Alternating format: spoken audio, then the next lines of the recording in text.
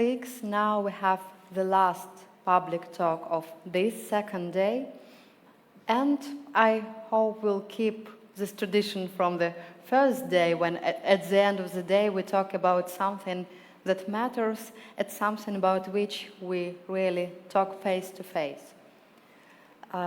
This conversation of our two speakers, ladies, is something personal but important for everybody who walks with word.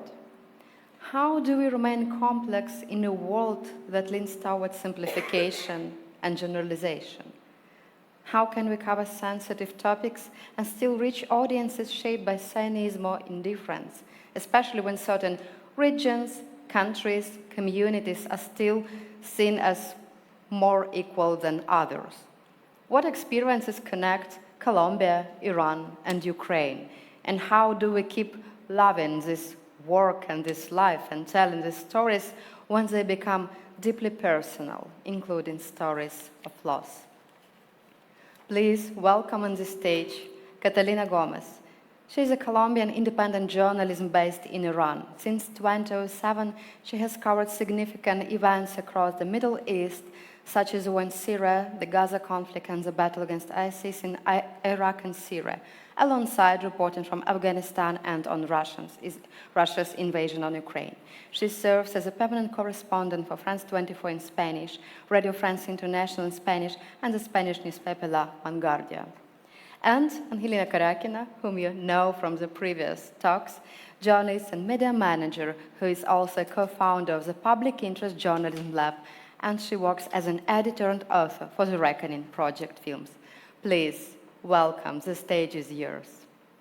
Thank you so much. Wow, Catalina, this conversation has to be personal as well. Yeah, it looks like.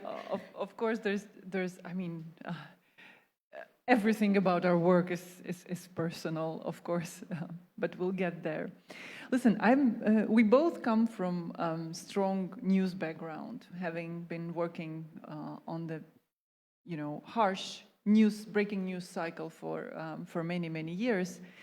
And when some young journalists used to tell me, I don't want to work on the news, I want to go into deep reporting and do documentaries, it was hard for me to explain that the best I know and all I know is actually my work in the news, all the contacts that I have and everything that I have. So I admire people who work on the news, and it's not a dilemma, news or current affairs, news or documentary.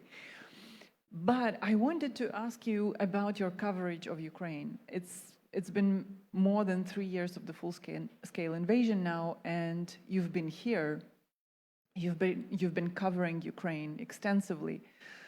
And I wonder if it's still now, at this point of time, if it's an effort for you as a news person, as a news correspondent, to push through, stories from Ukraine, to persuade your editors that this story has to be on air tonight or tomorrow or the coming days. Is it hard? It's a pleasure to be here with you, Angelina. It's difficult. It's difficult because starting with the budget. Before, when the war started and everything, Ukraine was in the news all the time, there was money to spend in Ukraine.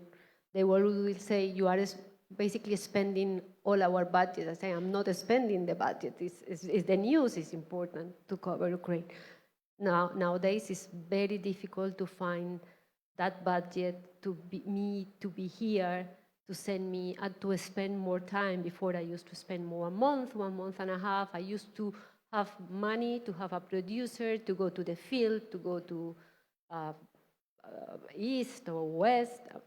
Not anymore. Now, if I am here, I have to fight for every penny and for every day of producer working with me. And it's very difficult to work alone. I mean, I try to do my best, but you are in a country that is not yours. I don't speak the language. Hopefully, my Ukrainian was better.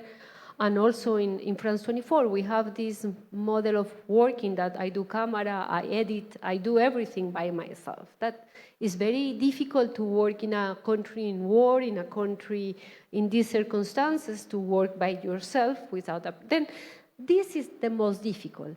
And of course, they don't buy as many stories as they used to do it before, but still, if you have a good proposal, good angle about personal story or personal, you manage to sell it. I mean, to sell it to the editor. But the problem is money. Okay, money is always a problem. But you said a good story. A good story means that it provides enough context. Or just a good. What do you mean by a good story, and a good story from Ukraine in particular? That's a good point. I think the story is it's a good angle, a good personal story that will reflect what is happening in Ukraine. I mean, the impact of the war in the human beings, in person, normal people, doesn't necessarily to be close to the front line, in the big cities, in women, in kids, in civil society, in people who are helping. These are stories that still people are willing to see and to read about. But of course, and you will say, we have been writing or producing so many television stories about that, but no, it's never enough. And when I ask the people outside doing this exercise, what do you want to listen from Ukraine? What do you think you are missing from Ukraine? And it's very interesting because they will tell you, I want to see more the resilience of the people. I want to see personal stories of how Ukrainians are resisting and how they are fighting to still be. And it's very interesting because we have been talking about many of stories about that, but still people want, I don't know if to confirm that people are still fighting and still resilient. And this is very interesting. Then I think there is always a good story if you find a good person, you go deep in the story of this person, and you can tell the story. I don't know, what is your opinion about that? Of course, a good story is a good human story, always, I think, because people are interested in people, essentially in people like them, and if they do not relate to something that is happening, they find it hard to watch the story or to read the story. But, I'd like to quote our common friend and colleague, Natalka Gumenyuk, who says that, of course, any war is a huge number of stories about tragedies and loss. But when you constantly watch or read the stories about tragedies and loss, you feel helpless. You cannot do anything about it. You cannot help it. You scroll it. You cannot take it. But when you see the stories about resilience, the stories that inspire you, stories about courage, stories about solidarity, and these are not made-up stories, the real stories, right? Because life is complicated. The tragedy and happiness, life and death, they go together. You cannot get tired of it. You want to get inspired, and you want to learn something, every day. And this what makes, I think, the coverage of many of our colleagues really interesting and appealing to many audiences. But let's go to the audiences you're working with. You are covering Ukraine, not only Ukraine, of course, we will go also to the Middle East and other countries. For the people who may know little about the context of this war, why it has started, who started it? Was it over a piece of land or language or whatever? Yes. How do you make sure that in your reports, you try to get the context, and how is it important? Especially in the 2 minutes report in TV. Exactly. Yeah. That is always. Let me shortly tell you the several hundred history of Ukraine. Yes, let me tell you that it's always, of course, in 2 minutes report, if you want to tell the story that you want to tell, you can go to all the context because, but I will try to put at least one or two phrases, just at least to tell who started this war, or at least to put in a context, not to, because I'm not very impressed, and you are a witness of what is happening, but what I have seen towards the month and the month is, especially the young people in Latin America, you can imagine how aggressive are towards our reports. They have been really, the Russia propaganda in Latin America, especially in young generations, is really tough. And at the beginning of the war, I was impressed, but it's nothing compared with what I see in this last month, especially this year. You mean it's worse? It's incredible. You can imagine if I do a report with this 2 minutes report about, for example, hospitaliers in Donbass, evacuating people, volunteers, doctor volunteers. I mean, 500, 600 comments attacking all of us, attacking me, attacking the coverage of France 24, telling us everything. It was not like that before. Then it makes me even more willing to put this context, to put at least 2 or 3 comments in my report, to at least to explain a little bit who started, why it started, and try to be as much precise. Of course, we always try to be as much, but in this occasion, even more, not to make any mistakes that they will them to be able to attack. But I'm really impressed, Angelina. The Russian propaganda in Latin America is incredible. I don't know how many of these are bots. I don't know how many of these are real, because I tried not even to do the exercise, but it's difficult.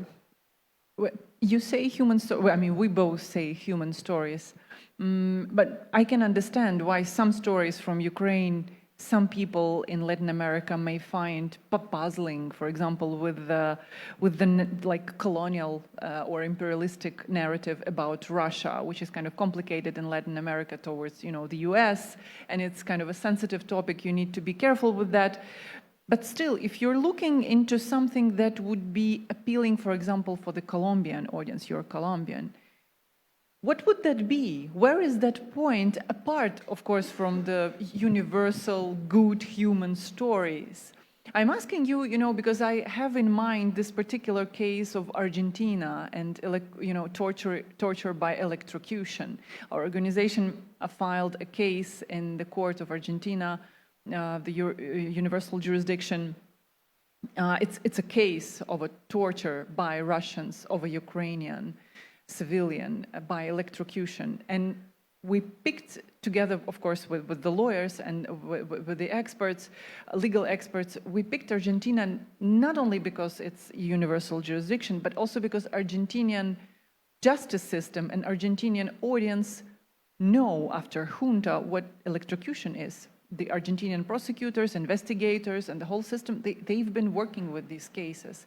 And it's something, it's not necessarily something that the Argentinian audience may find appealing, but they may, and it could be a road to them maybe telling that story, or the story of the kidnapped children, like in Argentina, the children who were kidnapped actually by the torturers from their parents. The parents were killed, and later on the children ended up in the families of their torturers, and years later, they found out this horrific truth. And it's also something that could that the Argentinian audience could find relevant for them. So, talking about Colombia, I know you're not living in Colombia. You haven't been covering Colombia, but still, as a Ukrainian journalist, I wonder, what story that could be.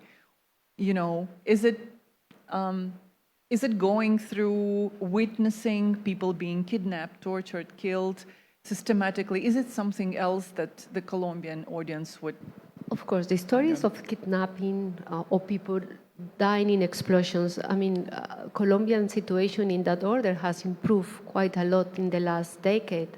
But I don't know, when you see Narcos or you see all these series about Pablo Escobar and the mafia years, you really remember that we were not being attacked by missiles, but we could go to the streets and have these car bombs all the time, and we could die, basically. Then, for Colombians, understand well what is to live in this uncertainty, that you can die, or you could be kidnapped, or families can be broken apart any moment. It's a reality, even if I was telling you before, even if you learn how to live with that, and this become part of your normal life.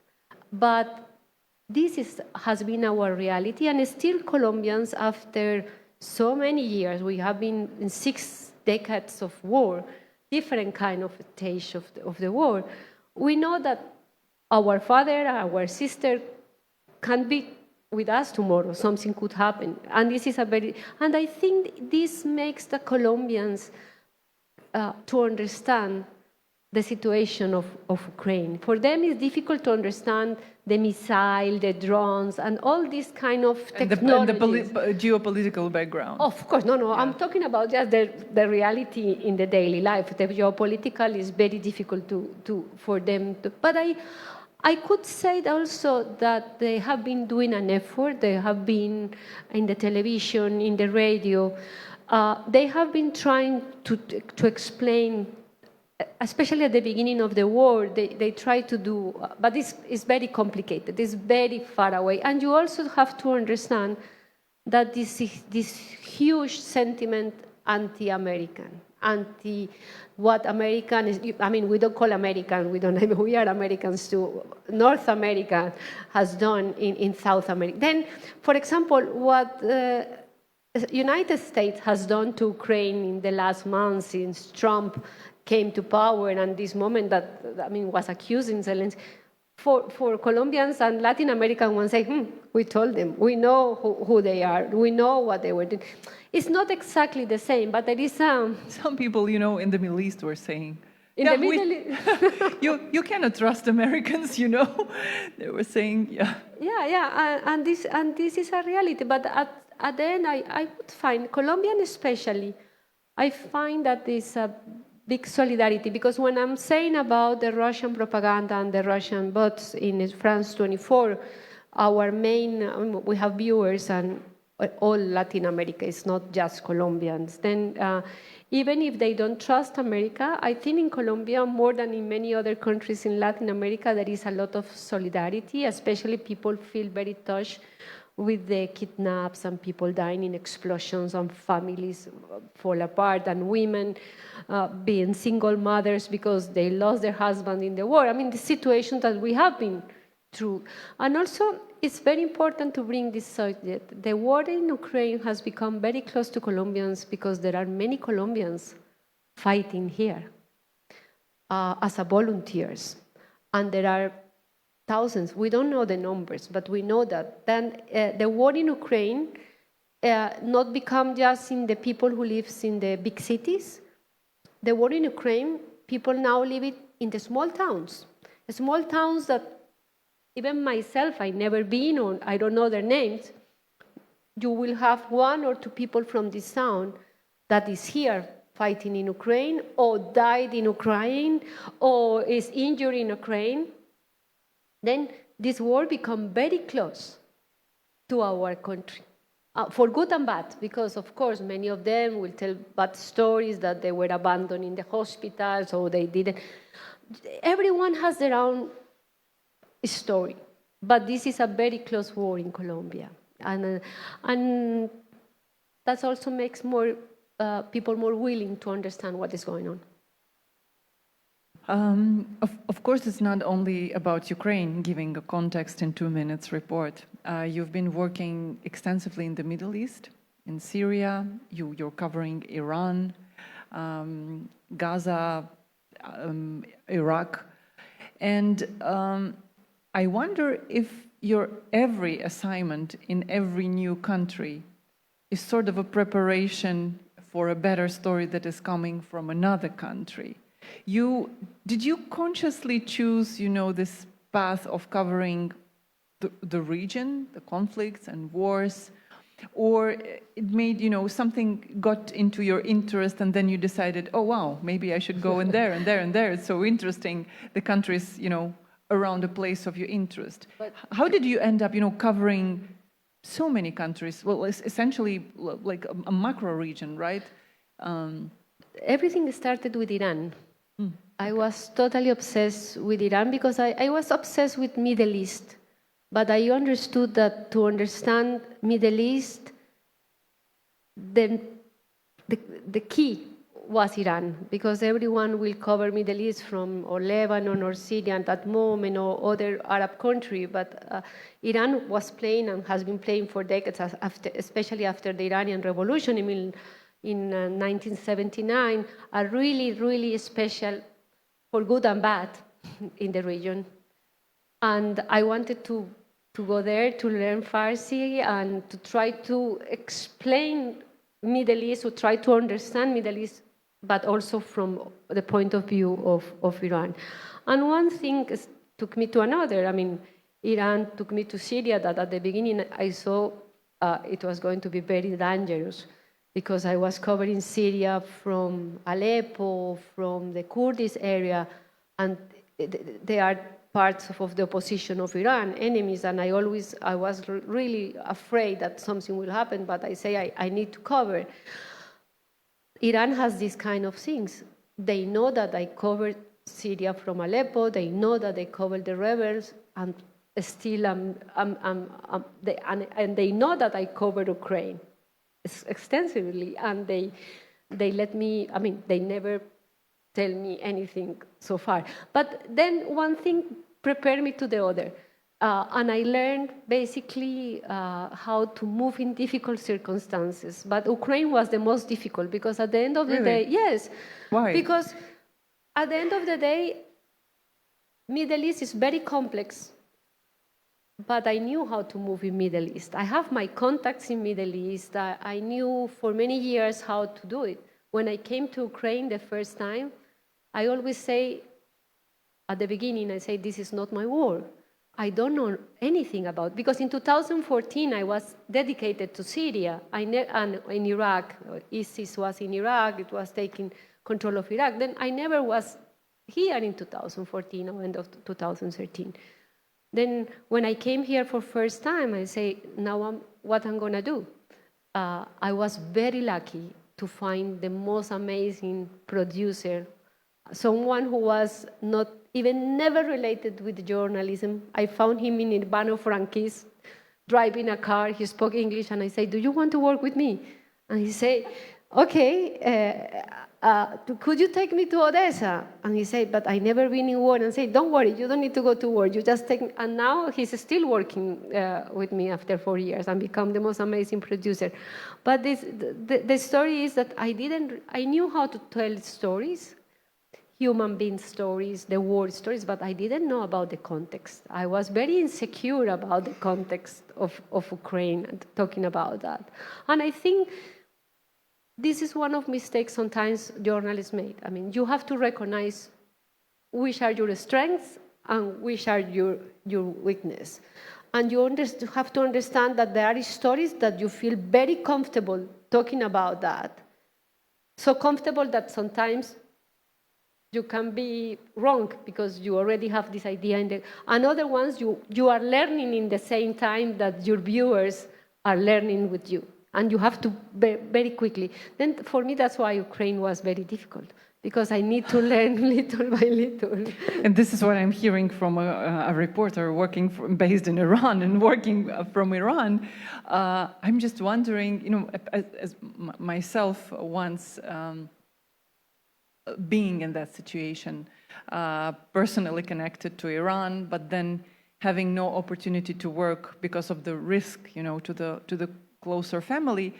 Still, could you give some context to this audience as well? How do you get around? I mean, how do you report on Iran?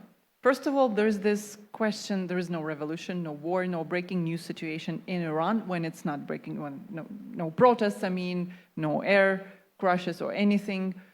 Just normal life in Iran. How do you get through those stories? Get those stories through. And my second question is, just how do you do it? How is it possible? I mean, there are so few journalists. What are just your basic rules of survival? But you know that Iran is more complex than we expect. I mean, you can move very freely. Yes, yes. This is why we know like very few things about Iran. We just know that there is, you know, this threat coming from Iran. We like the majority of people know about the like Islamic Revolution and strict rules and quite authoritarian regime, Islamic regime, and the restrictions. So there is, I don't think that there is like a very good understanding of how life in Iran really looks like in Tehran, which is a huge city, a modern city, and a very beautiful city.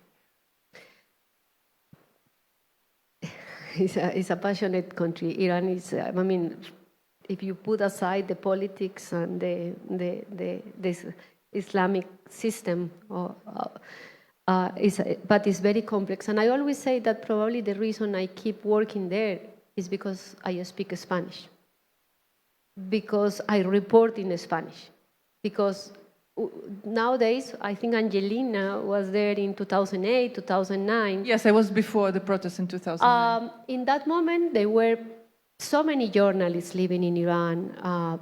Every office, every big BBC, CNN, all of them will have office in Iran, and they were working with the difficulties, but they were working there. Nowadays, I'm not lying, there is FP with one foreign correspondent, a Spanish correspondent from the Spanish agency, and me. The rest of the people there are few Chinese, 2 Japanese, and 5 or 6 Arabs. Could you imagine such a big country like Iran, such importance in the geopolitics of the region and in the world, being covered with so many little foreign correspondents? That is a really difficult situation for any journalist, not because the challenge is huge, how to really help them to tell the story, because we know that the Iranian journalists are under so much pressure. They are really, really working in a very difficult circumstances, and many of them, our colleagues, ended up in jail. Then how, as a journalist, you help also to tell the story, but also you need to protect the story? Because I think that in a country like in Iran, I always say that you are playing like a world soccer. I mean, you are playing a big game. If you go for one match and you want to get one really big story, you can once. Then you have your story, and it needs to be done, and needs to be journalists who goes and get out this big story. But also needs to be journalists who are there, be witness of what is going, and also to understand the social transformation and the political transformation. I think I always believe in the teamwork between foreign and local journalists in every country. Call it Colombia, call it Iran, call it in Ukraine. I think this combination of views are really, really important. How you see me and how I see you is really important. That's why I really, really try to keep my situation in Iran. That is extremely difficult because you don't need to be in the spot all the time. You need to cover some stories, and it's better you load your profile. That's why I travel also a lot, and I come back. And also, it's important that you never try to be more clever than them and to push the story very flashy. Of course, sometimes we journalists like to have this beautiful story with this beautiful headline. But it's not the case if you want to survive in these kind of countries. You just put your story, the big, in the second or third paragraph. You don't put it in the first. Then little by little, you manage to survive. What is the story, if you would have to produce a story, like a good human story, something that we all could relate to from Iran to today? What could that story could be? Definitely what happened to these girls when they go to jail and they are tortured and they are Because of the hijab, right? The hijab or many other stuff, or they are political prisoners, but especially for them, to understand what happened to them. Of course, there are many stories of these girls when they manage to go to exile. You will find. But some of them will not even tell the story completely because they are afraid for their families who remain inside of the country. Then there is a lot of stories to be told what happened inside of these jails, the pressure on these girls, what they tell them, how they it's really tough, and many people will never really tell you about that because of course they are afraid. And many other stories could you imagine it's very difficult to work about the life of Afghans in Iran. You will believe why. Because actually there are like 3 million Afghans living in Iran, and they are taking them. I mean, of course, they are not, they can't get the nationality, but they are working them. They are in quite good conditions. But it's really, really, really also a red line to talk about how they live this Afghanis community, how the women they get some opportunities that now they don't get in Afghanistan with the Taliban, and many other stories in Iran. It's a country full of stories, but many of them you can tell, but you can write in a book later on or something, but not to publish immediately. You know, we just before the panel we had a small conversation, and I gave this when I asked you, about effort with the editors to push through a story, to keep an eye, to keep an eye on a story, or give more context. I remember last year when there was an Iranian massive attack on Israel. I was watching one of the Ukrainian channels, and my colleagues were working there, and there was something just, to me, irrelevant to the situation, and I called the producer and I said, why aren't you getting the picture of what is happening right now? There's a war in the Middle East. You should be working with that. And the producer was like, listen, the war in the Middle East is like 80 years. It's all the time is happening something. So don't worry. We'll finish our program, about like singing songs or something, and then we'll, I don't know, maybe we'll have this shot. Well, they did change the picture, they did change the topic, and they got back in the studio to the topic, thanks God. But it got me thinking a lot about the priorities and about how we Ukrainians want to see the coverage of Ukraine. Just imagine some editor saying, listen, the Russian-Ukrainian war, it's the third year. Yes, like every night there's a missile or drone attack. So it doesn't mean we have to interrupt our program, and run after the breaking news. How do you still, I don't know, probably you don't have, I hope you don't have such conversations with your editors, as a journalist with such experience and expertise.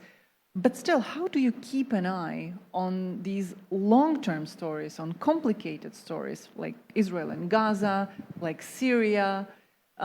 We never know, when the regime will fall, we never know, but we know that when it happens, when it really takes place, we need a journalist like yourself to explain, like what happened, to do the whole recap of the previous 10 seasons, and to explain why it happened and what it means for the region and globally. There are two things. Colombians, we suffer the same. The war become part of your life. Of course, I always say it's not to compare Colombian war with Ukrainian war or any other war. Each country is different. But I always say to Colombian, because they love to call it conflict, I say no, we live in war. Totally different kind of war, but what we had for many decades. But it became normal to us. And also, this one point, and also you become the center of the war. Why people don't see my problems? Why people don't talk more about our country and become very self-centered country, not to see the problems abroad, even other conflicts, other situations in the region. It would happen also to Ukraine, but this is normal to every country that has their own problems. Iranians suffer from the same. Even ask to Iranians about the work in Iraq or in Syria, not to tell about Ukraine. Not many have really a big understanding because they are so self-centered in the situation, the sanctions, the war with, the soft, whatever it's called, with Israel, the situation in the Gulf. And then they don't really understand properly what is even happening here. And many people, I would say, that they will, because they are very anti-American, they will even buy the Russian propaganda. But this is very important in one side, and it's very difficult to keep this story running, not just in reports, in big reports. I was talking to you about the money. It's normal that people say, another attack in Ukraine, I'm not going to have you live in the news talking about that. But you always try to explain why this attack is important, why it's important to keep covering the story and not to let it die. But one issue more important, to keep going to the field, to keep going to whatever is the front line, or to keep going to Syria when nobody was talking about Syria, or to keep going to Iraq. Because it's the only way that you recognize these little changes in the field to understand, to be able to talk about the complexity of the story.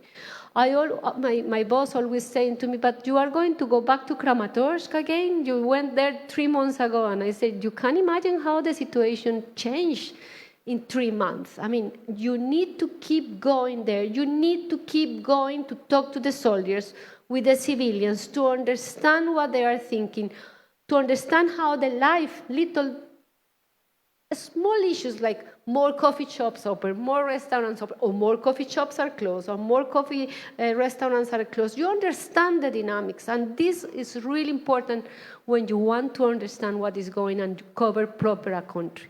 I keep going to Syria every year during these old years of the war, because it was important to understand the transformation of the societies, the transformation of the war, the mentality, what people think. And I think this is something that I think we journalists, I really believe we need to keep fighting for that.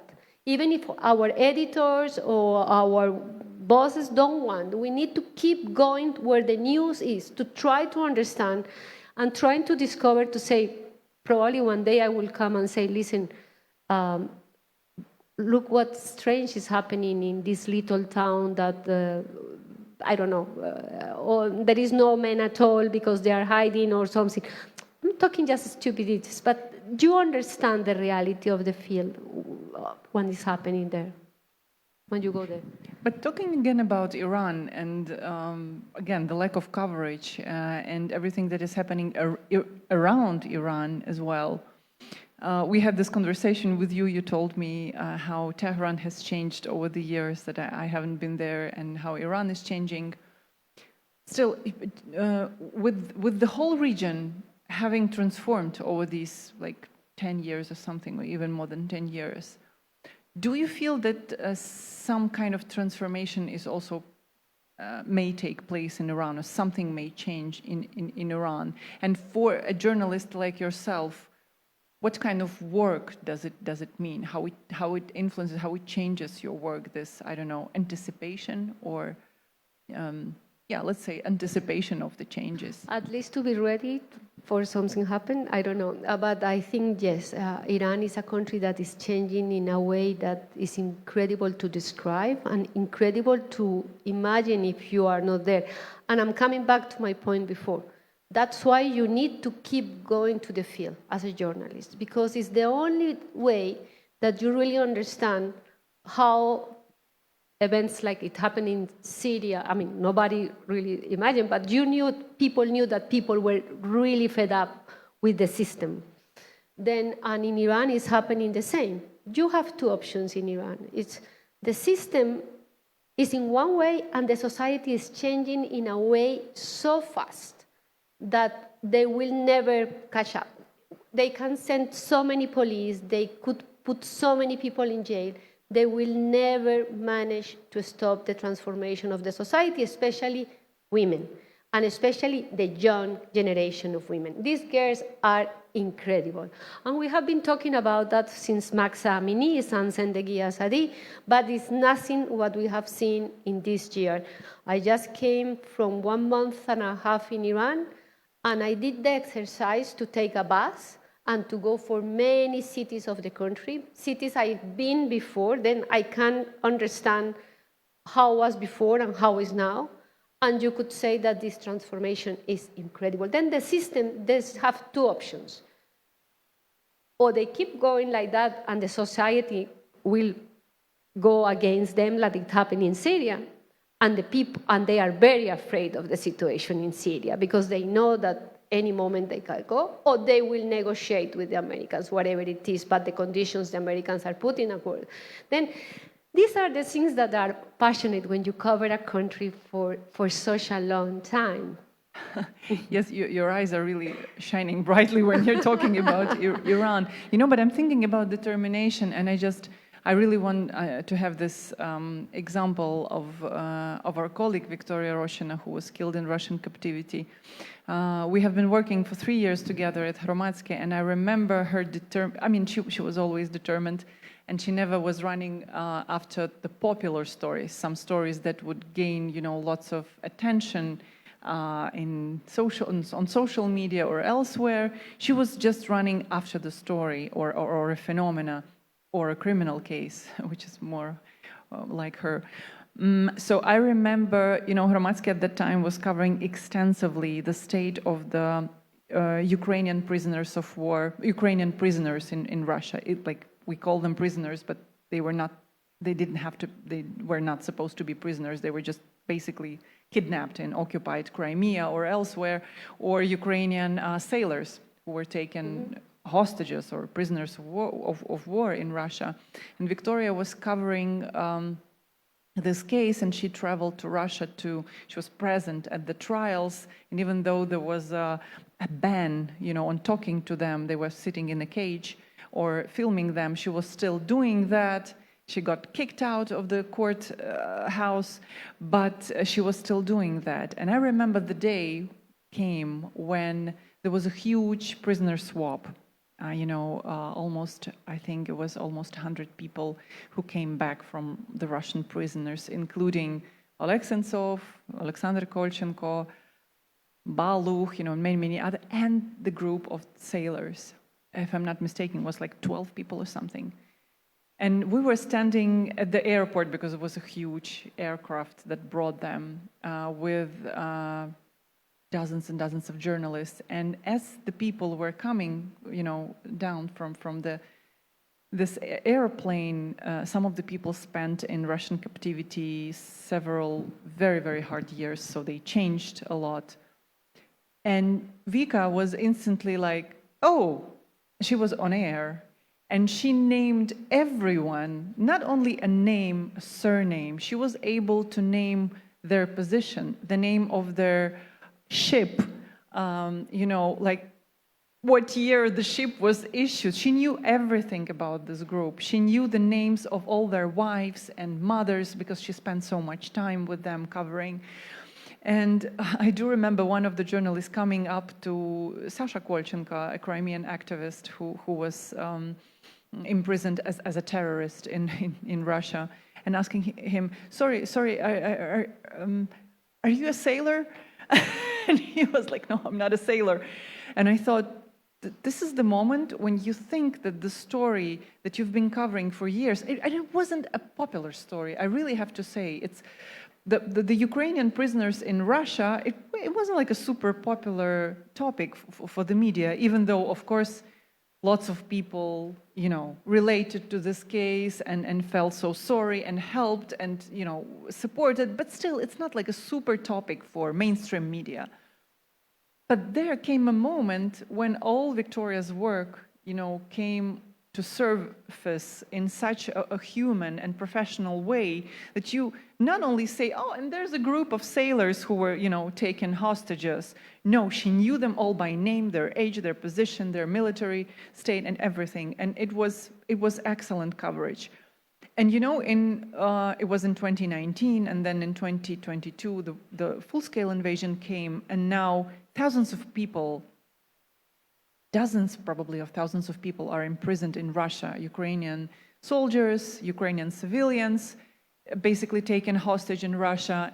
And so many people can now relate to the story of what Russia is doing to people in prisons. How, you know, they are insinuating trials, how they, I mean, what kind of tortures they use. It suddenly became a very important public story where so many people are connected to it. And it's so important, just suddenly, I just realized that over the past probably 2 years, how important that coverage was. I mean, it's a terrible example. We don't want these stories to be relevant to anyone. But still, your work, it pays off in a way that it's now a public interest, that you know what is happening to people in Russian prisons. You know how to talk to them when they get back from captivity. You know what they need when they come back from captivity. This is why I think staying on the story, and I really wanted to mention Victoria, is so important. Of course, and I think you yourself are also working in a really long story that is also very important, because I think that's why we need so many journalists, because there are so many stories to be followed and to go deep into that you can have 30 journalists, I mean, probably working in that story, but you need another 30 to work deep in another story. I mean, I would like you to talk about the story that you have been working in that documentary, because I was very, very touched by that, because it really takes time and determination. That's why we need to be constant, and we need many, many, many journalists to cover the situation. Yeah, you know, I think like people like Victoria, they don't need to be persuaded, like, listen, stay on that story. One day, you know, it will make public interest, and even if you have like 10 or I don't know, 1,000 views on YouTube, it's not like a super popular story, it is important, stay on that story. People like Victoria, they will stay on that story. But I know that there are so many young journalists who still have these doubts, and they ask themselves, well, maybe we should drop like human rights journalism. It doesn't really pay off. Nobody watches, you know, these interviews or stories on YouTube. Maybe we should go into something like, I don't know, lifestyle or mental health or whatever it is.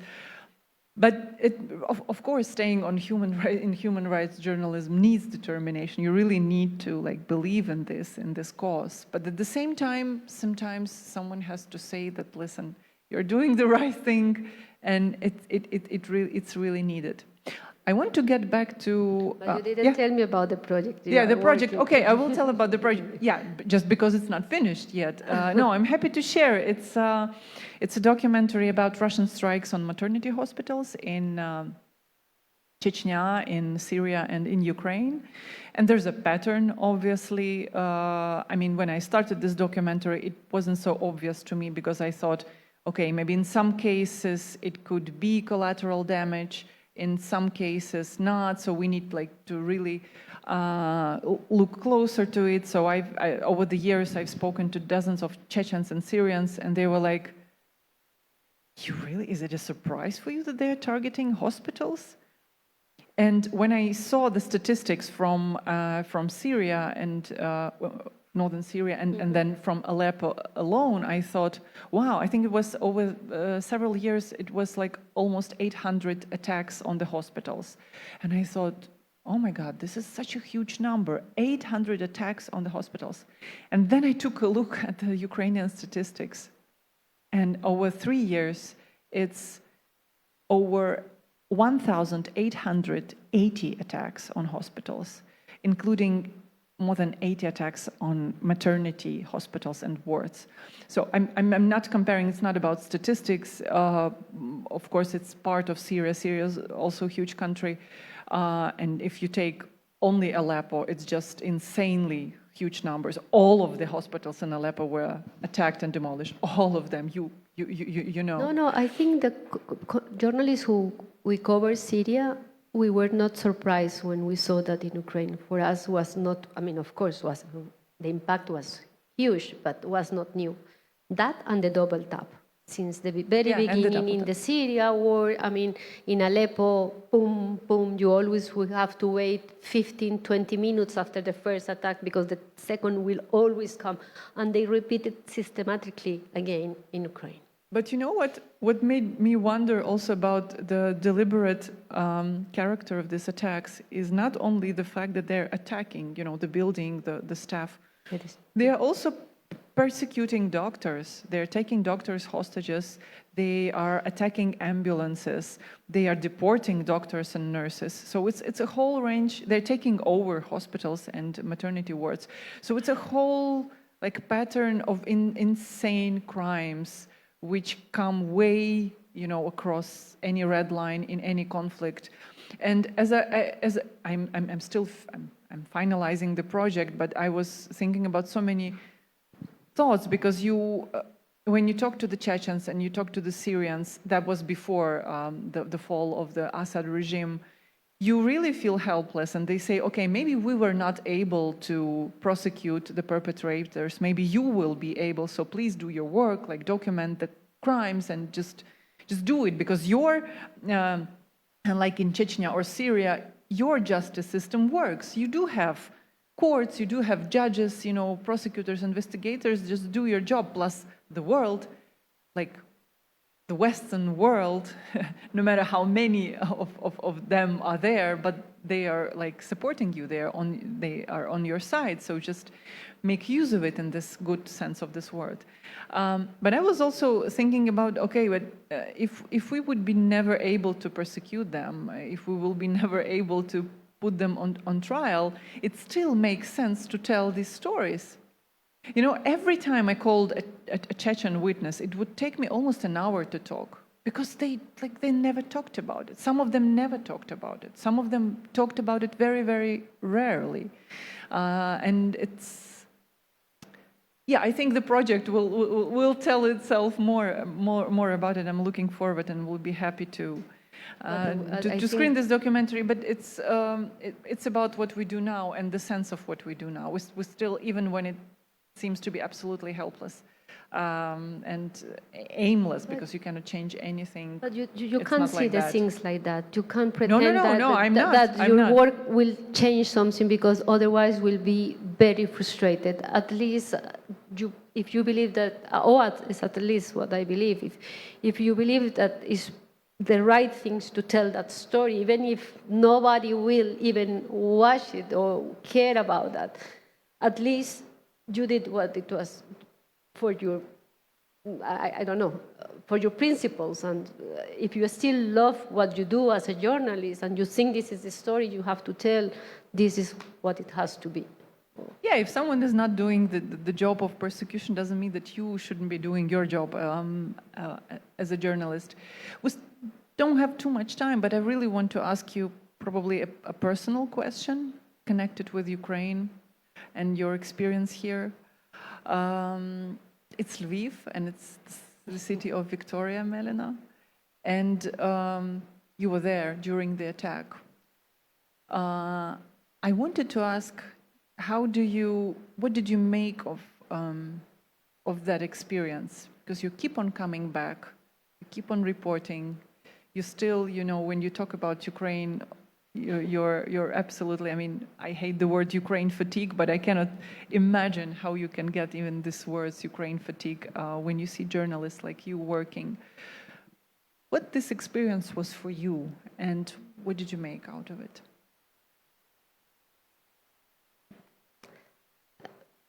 It's the story, the most difficult story of my life, and because you never worried, you never were prepared to someone close to you to die.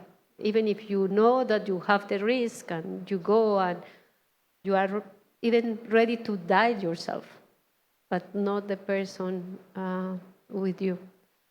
And it's difficult. Yesterday I came to Lviv for a long time, and I was really shocked because it has been 2 difficult years. but it's the reality. I always try to think also, so many people have died in this war, so many women, kids without the mothers, how many, I mean, I don't know that this doesn't make any sense, because all of us has their own story. But it's very difficult. And so, but I have to say something. I always feel very sad, not just for the family and the friends and people who love these amazing women. I always feel sad also for Ukraine, because she was such a powerful voice and such a amazing women, bringing this voice and the realities and these stories. I know that her book is out. Yes, I wanted to say this is. No, I can't. I mean, I'm not even there to. But yes, she's still alive. But I know that every single person who knew her really miss her from the deep of their heart. And I also know that Ukraine Ukraine has amazing voices, fantastic writers, fantastic people like you and many other people. But her voice was also very important. She is absolutely hugely missed by all of us. But it's important to say that her book now in English, Victoria Melina's book, Looking at Women, Looking at War, is available, and it's also available in Ukraine and many Ukrainian bookshops in English still, because she was writing in English and she was aiming at the global audience. And I think we're really lucky to have this book published recently. But I want to say that the amount of jobs that I know, because coming from a country like Colombia, that is, again, is never the same, but we also have difficult moments. My admiration for the Ukrainian journalists, because you are part of the story. I mean, you are suffering every single day. It's not just about covering a story, it's covering your story. That goes really personal. And this is one of the reasons I also keep covering this country, because I have a really huge admiration for each one of yours. Taking planes, taking trains, going to conference, coming back. I mean, this is such an exhausting situation. You, a mother, pregnant, it's amazing. Then I have to say here in this forum that for me, all my respect for the Ukrainian journalists who are covering. Thank you, and for the Ukrainian railway service. Thank you. Thank you so much, Catalina. We still have 2 minutes maybe for a short question. We'll be happy to hear from you. There's a hand over there in the second. Do we have a mic? Yes, here. Please. Could you introduce yourself and very, very quickly ask a question? Hi, I'm Ray. I'm a journalist too. I know we have a short amount of time. I would be happy to talk with you after if it's possible. But I really kind of connect with the whole discussion today. It was amazing. Thank you so much for it. And my question would be, and it's maybe a bit hard now, because with the current attacks, the rocket attack on Sviatoshin, there's been this topic brought up even by Hromadske and by ethical boards, ethical experts, about showing faces... The images of, well, let's call it dead bodies, destruction of any kind on humans. What do you think of this? And what do you think about this question? The question was basically, is it right, or is there some kind of limit where we also don't show what's happening? We in Colombia had for so many years the same discussion. I mean, not the same kind of attacks, but we have very difficult circumstances. There has been a huge debate in Colombian press for many years. Of course, there are people who believe that you shouldn't show these bodies and this situation. Of course, I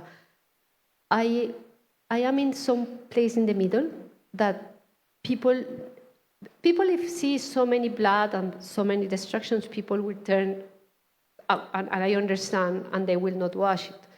but they need to understand a little the situation. Then you can be very careful with the pictures and the image that you show, not get very exaggerated, but I don't believe in I don't know how to word in English, but aseptic. I mean, everything clean, nothing happened, and we will not show the reality, because this is not sterile. This is not. Then I really you have a responsibility, and you have also responsibility with the dead, with the families, with everything. But I think we need to show the world in a very decent levels. But I don't know what you think. It's been an ongoing discussion, and I think it's impossible to show a war or a terrorist attack without showing death. But it's always a question of dignity. Exactly. I mean, if there is a dead child, how much of a dead child you need to see so that you know it's a dead child? Do you need to see a close-up of a dead child in a coffin?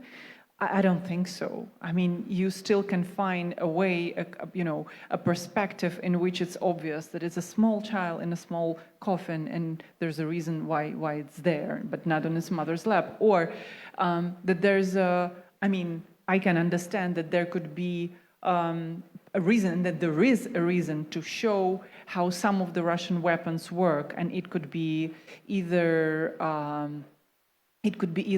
like cassette missiles, which literally torn the bodies apart, tear the bodies apart, or something.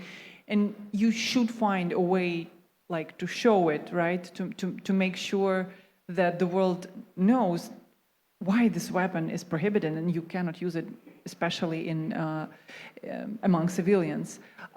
It's always a dilemma. There is like no recipe, but I think the only word that we should take and consider is dignity. Yeah. Dignity, and that's it. I think I always put myself on that place, because each night I'm at home in Kiev, or we're here even in Lviv.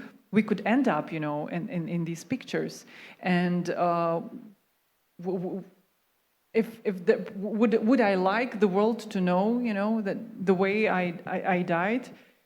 Probably yes, because I didn't want to die. But is there a way to somehow respect, me or someone whom I love? I think yes. I think there is a way to make it in a dignified way. And I think, sorry, last thing I would say. I think the Ukrainian photographers and videographers are doing immense work. They are really doing their best. I know that there was a huge, this discussion, criticism against Evgeny Malolyetka, without whom we wouldn't get the pictures from Mariupol. Well, I think they're doing incredible work. There might be mistakes, there might be bad pictures, but overall, dignity is the key, maybe you want to do.